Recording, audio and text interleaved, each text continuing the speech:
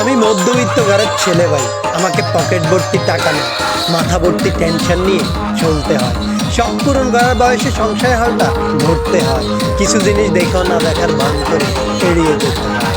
নিজের শখের জিনিসগুলোকে শুধু দূর থেকেই দেখে যাই, কারণ কাছে এসে ছুঁয়ে দেখার মতো সাধ্য আমার নাই। বাস্তবে না হোক কল্পনাতে জড়িয়ে ধরি, আর এই আশা নিয়ে বেঁচে থাকি। আজ না হোক একদিন সব হবে ইনশাল্লাহ। কিন্তু আমার ইনশাল্লাহ কবে আলহামদুলিল্লাহ তো পরিণত হবে সেটা জানা নেই। আমি মধ্যবিত্ত ভাই, আমাকে অনেক স্বপ্নে কাফন ছাড়া কাফন দিতে হয়। আমি মধ্যবিত্ত ভাই, আমাকে কখনোই দায়িত্ব শেখাতে হয়নি। বাবার বয়স যত বাড়তেছে, দায়িত্ব নামক শব্দটা ততই মাথার ভেতর ঘুরপাক খাচ্ছে। কারণ বাবার পায়ে সংসার হালটা আমাকেই ধরতে হবে।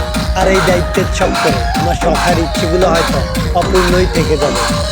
আমার স্বাদ আছে, সাধ্য নেই। আমার শখ আছে, কিন্তু সেটা পূরণ করার ক্ষমতা নেই, কারণ আমি মধ্যবিত্ত।